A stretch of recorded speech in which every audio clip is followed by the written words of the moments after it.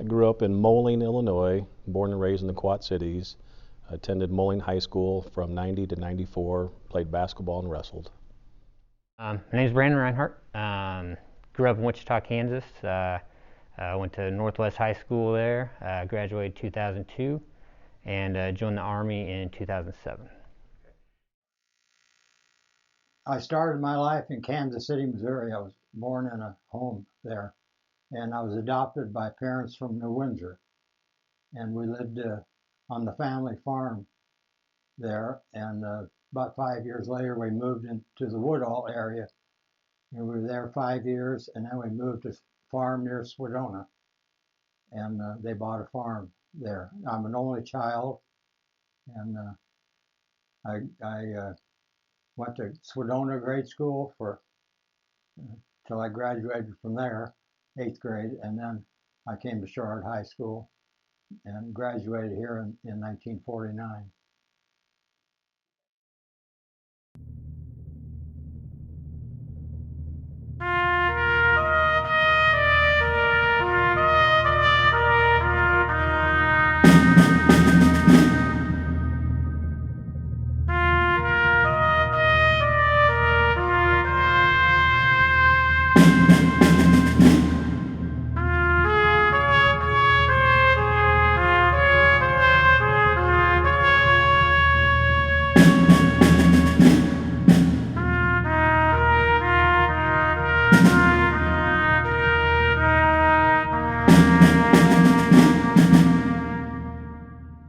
I joined the United States Marine Corps in 1994.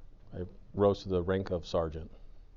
What motivated me to go in the Marines is I was actually fishing with my buddy after a football game, and he was going into the Marines, and I told him I was going to miss him, and he said, why don't we join together? So that Saturday morning he came, picked me up, went down the recruiting station, and 2 weeks later I was in the delayed entry program.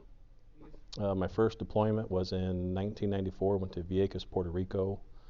My last deployment was in Bosnia-Herzegovina in 97. I didn't choose it. I was drafted, and I got a draft notice on July 24th, my birthday, when I was 21 years old. I was farming with my dad there by Swedona. I was first deployed to Fort Riley, Kansas, for a 10th Infantry Division.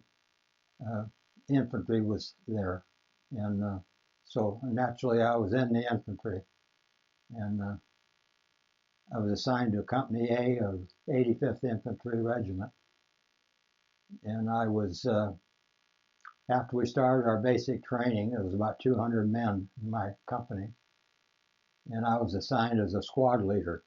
I don't know how they happened to pick me, but they did, and it turned out to be real good. Then when we graduated after 4 years of infantry basic training, they retained me there as a cadre, they called it, and I trained new troops coming in, going through the same thing that I had just graduated from, and it was quite an experience.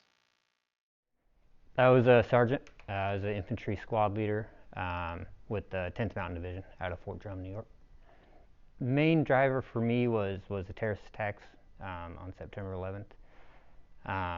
It was really painful for me to see the pain and suffering that people went through when that happened, and so it kind of pulled at me ever since that happened. I know I joined the service, several years later.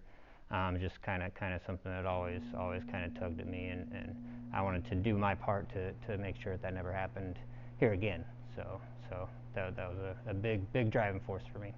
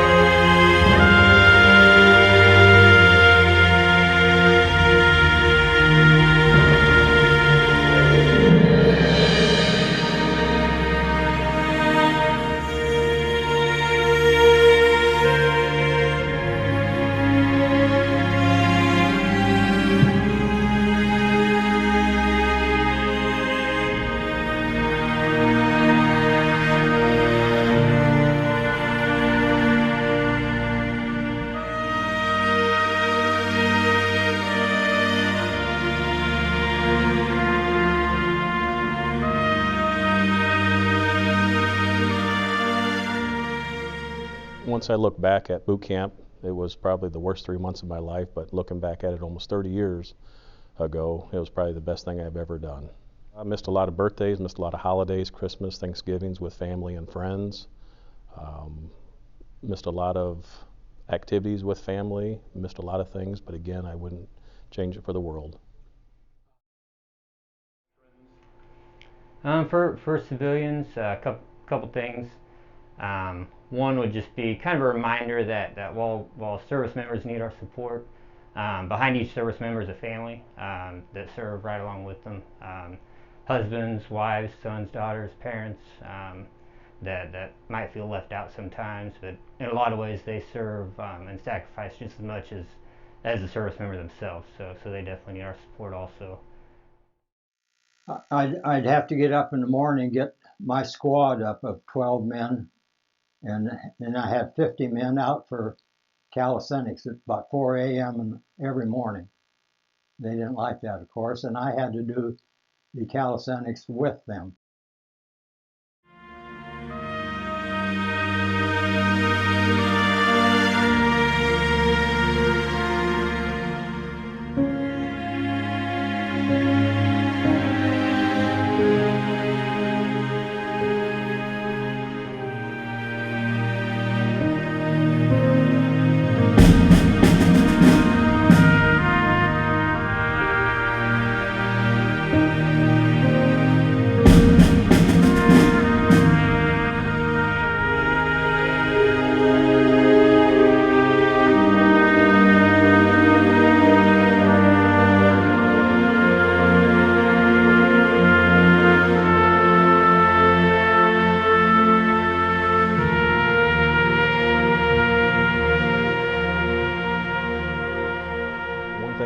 Others to know about being a veteran is it doesn't mean you have to serve in a foreign war or a war locally, but the sacrifices each individual person makes, whether that person's in administrative, infantry, motor T, things like that, everyone is a veteran.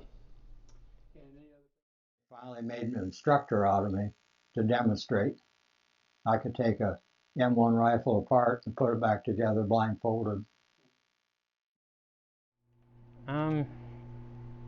Something that I've seen since that's very concerning to me since I've been out of the military is I've seen a lot of people that I've served with really struggling after the fact with life, whether it be things they've done or seen, while they're serving, or just the change of lifestyle, trying to find a place and a purpose in society after the fact. So I think that it's important for us to remember that service and sacrifice of our service members doesn't end when their active duty time ends. A lot of people are still sacrificing and struggling after the fact, so I think they need our support in that way as well.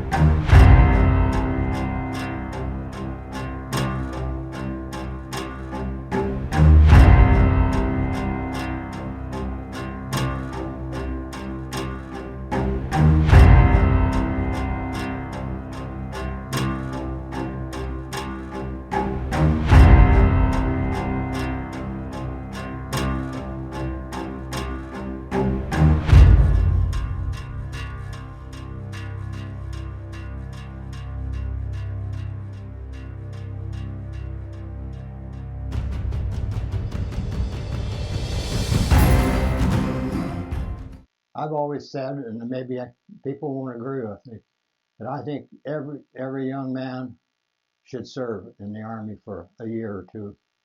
I did a lot of growing up, as my wife would testify to that too. But it was a good experience. If I'd have gone to the foxholes in Korea, I probably wouldn't be saying that. But I really enjoyed it. I even thought of reenlisting. What I'd like for young people to do is when they see a veteran, no matter if they're young or old, is just go up and tell them thank you. Um, Me personally, when someone tells me thank you, it gives me goosebumps and it lets me know that they're appreciative of what I did. A simple thank you means more than what ribbons or awards I've been awarded. Or So for younger people, I guess I'd start by saying we're pretty lucky to live in this country that we live in. It's not like that everywhere. We're very fortunate here. We have a lot of freedoms to kind of live our lives the way that we want. We can believe what we want, live whatever lifestyle we want, and that freedom's been protected for a long time by our military. So just something to remember. I know there's a lot of negative stuff on the news and the media, social media, but this country is a really great place. It's full of a lot of really great people, a lot of great stuff that happened, and our military is there to defend that. So